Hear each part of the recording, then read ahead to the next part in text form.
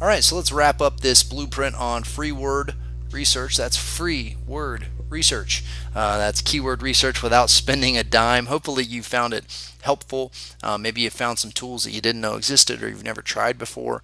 And as you can see, there's a lot out there that you can do without having to pay if you're willing to invest the time. And I would say in the wrap up, I was just going to kind of put a bow on it by comparing what the key differences are between paid tools. I would say that free tools can't fully replace paid tools by any means.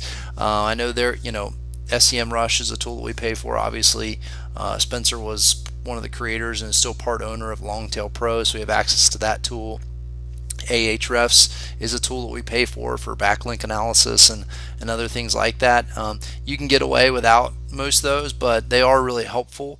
And competition, I think, is one of the ones where when you're using the free tools, even with something like SEO Quake or Mozbar that I showed in the last couple of videos, they actually do give you a lot of really helpful information to know.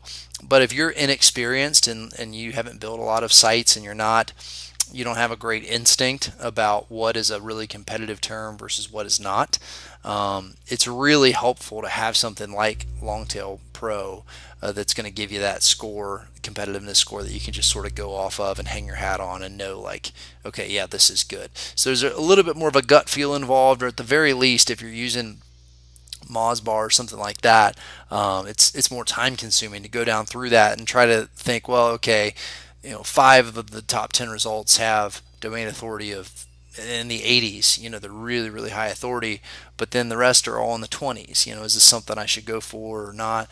You have to kind of do those calculations by yourself, basically.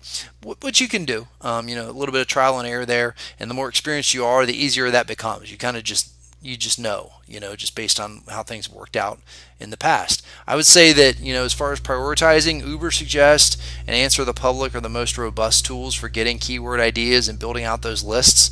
I've been building up this list from the beginning based on the topic that I got from you guys, the insider group, doing massage tables, and I just expanded it a little bit to just do it on the topic of building an authority site on massage.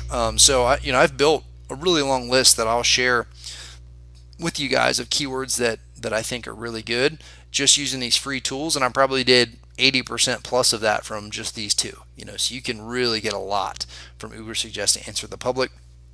Very helpful, and these are excellent for supplemental, shorter informational articles.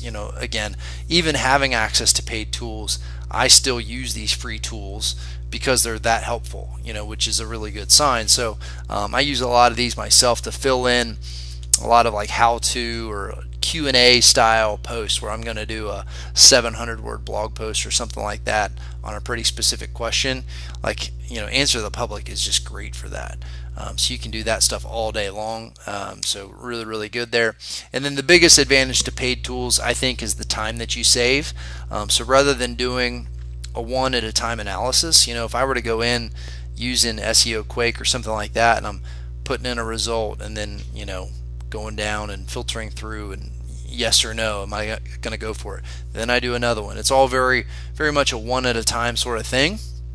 Whereas in a tool like Longtail Pro, where you could just copy paste and then it just does a big analysis all at once and you can sort and filter, you've saved a lot of time by doing that. But look, if you're just starting out and your shoestring budget, strapped for cash, invest the time and do it. You can still get a lot of the information. You just kind of have to go through them one at a time and spend the time to do it, and that's okay. Do that for a while, and then if you get to the point where you can afford some paid tools and invest a little bit of your earnings back into your business, it might be worth it, to save yourself a few hours or whatever. So I think that's really the decision it comes down to. But certainly you've got a lot of powerful tools at your disposal without ever pulling your wallet out of your pocket. So some pretty good stuff. Hopefully this was helpful. If you guys do have any questions, feel free to stop by the Facebook group, ask away, and we'll be happy to help however we can. All right, have a good one.